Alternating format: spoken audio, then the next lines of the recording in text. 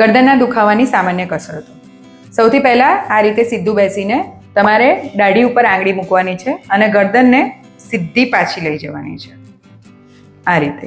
આમાં એટલું ધ્યાન રાખવાનું છે કે આ રીતે ઉપર યા તો નીચે નથી જવાનું, સીધું સ્ટ્રેટ પાછું જઈને આગળ આવવાનું છે. આ કસરતને 10 થી 15 વખત રિપીટ કરવાની છે.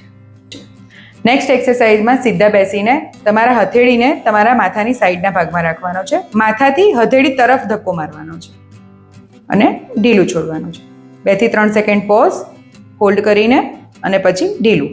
10 વખત એક ડિરેક્શનમાં, એ જ રીતે 10 વખત બીજી ડિરેક્શનમાં ધક્કો મારીને, હોલ્ડ કરીને, ધીમે રહીને ઢીલું છોડવાનું છે.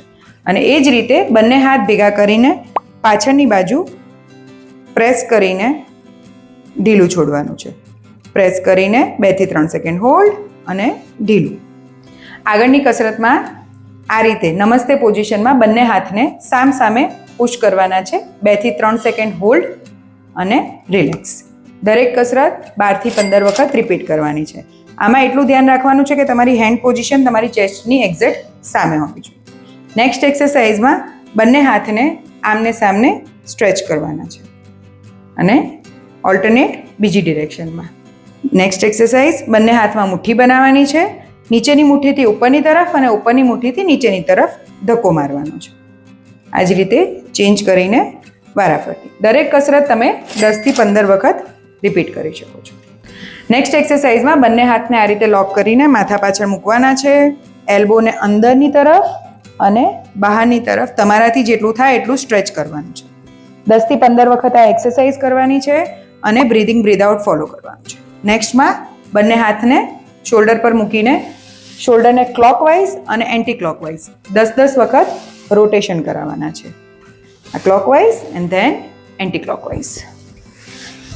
નેક્સ્ટ એક્સરસાઇઝની અંદર તમારે અદબ વાળીને બંને ખભાને ઉપરની તરફ એલિવેશનમાં 3 થી 5 સેકન્ડ સુધી હોલ્ડ કરાવવાનું અને પછી નીચે, ઉપર અને નીચે. આ કસરતને પણ 10 થી 15 વખત રિપીટ કરવાની છે. નેક્સ્ટ એક્સરસાઇઝ બંને ખભાને પાછળની તરફ સ્ટ્રેચ કરીને 3 થી 5 સેકન્ડ હોલ્ડ. તમારી બંને શોલ્ડર પ્લેટ સ્ક્વીઝ થવી જોઈએ અને રિલેક્સ. પાછળની તરફ સ્ટ્રેચ, 3 થી 5 સેકન્ડ હોલ્ડ અને રિલેક્સ. આ એક્સરસાઇઝ પણ 10 થી 15 વખત રિપીટ કરવાની છે. આગળની કસરતમાં આ રીતે લાકડીનો કે સ્ટિકનો મદદ લઈને તમારે હાથને ઉપરની તરફ આ રીતે વાઇડ રાખીને પકડવાનું છે. ત્યારબાદ લાકડીને માથાની પાછળના ભાગમાં નીચે તમે જેટલું સ્ટ્રેચ કરી શકો એટલું કરીને ઉપરની તરફ, નીચે અને ઉપર 10 થી 12 વખત આ એક્સરસાઇઝ રિપીટ કરવાની છે.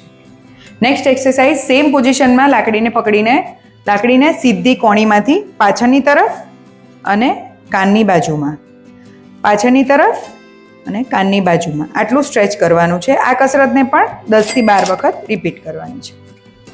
નેક્સ્ટ એક્સરસાઇઝમાં આ રીતે રબર થેરાબેન્ડનો તમારે ઉપયોગ કરવાનો છે, જેમાં કોણીમાંથી હાથને સીધો આગળની તરફ બહાર પુલ કરીને ધીમે રહીને અંદર લાવવાનું છે. આ એક કસરતને 7 થી 10 વખત રિપીટ કરવાની છે. નેક્સ્ટ એક્સરસાઇઝમાં બંને હાથને ઉપરની તરફ રાખીને ઓવરહેડમાં બહારની તરફ સ્ટ્રેચ કરીને ઉપર લાવવાનો છે. આ કસરત પણ 7 થી 10 વખત રિપીટ કરવાની છે. ત્યારબાદ ડાયગનલ સ્ટ્રેચમાં એક હાથ તમારે ઘૂંટણ ઉપર અને બીજા હાથને ઓપોઝિટ ડિરેક્શનમાં સ્ટ્રેચ કરીને ઉપર અને નીચે. આ કસરત બંને હાથમાં 8 થી 10 વખત રિપીટ કરવાની છે. ત્યારબાદ આ રીતે ઊભા રહીને હાથને સીધા રાખીને થેરાબેન્ડને બહારની તરફ સ્ટ્રેચ કરવાનો છે અને અંદર લાવવાનું છે. આ કસરત પણ 8 થી 10 વખત રિપીટ કરવાની છે.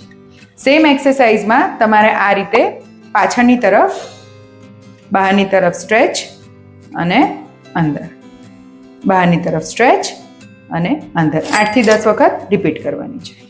ગરદનની અમુક સ્ટ્રેચિંગ એક્સરસાઇઝ, જેના અંદર ટ્રેપેઝિયસ મસલ સ્ટ્રેચિંગ. આ હાથને આ માથામાં આ રીતે મૂકીને સેમ સાઈડના હાથને પાછળની ડિરેક્શનમાં રાખીને માથાને ઓપોઝિટ ડિરેક્શનમાં સ્ટ્રેચ કરવાનું છે. સ્ટ્રેચિંગને 8 થી 10 સેકન્ડ માટે હોલ્ડ કરવાનું છે અને દરેક સ્ટ્રેચિંગ તમે 3 થી 5 વખત રિપીટ કરી શકો છો. સેમ બીજી ડિરેક્શનમાં આ રીતે રિલેક્સ.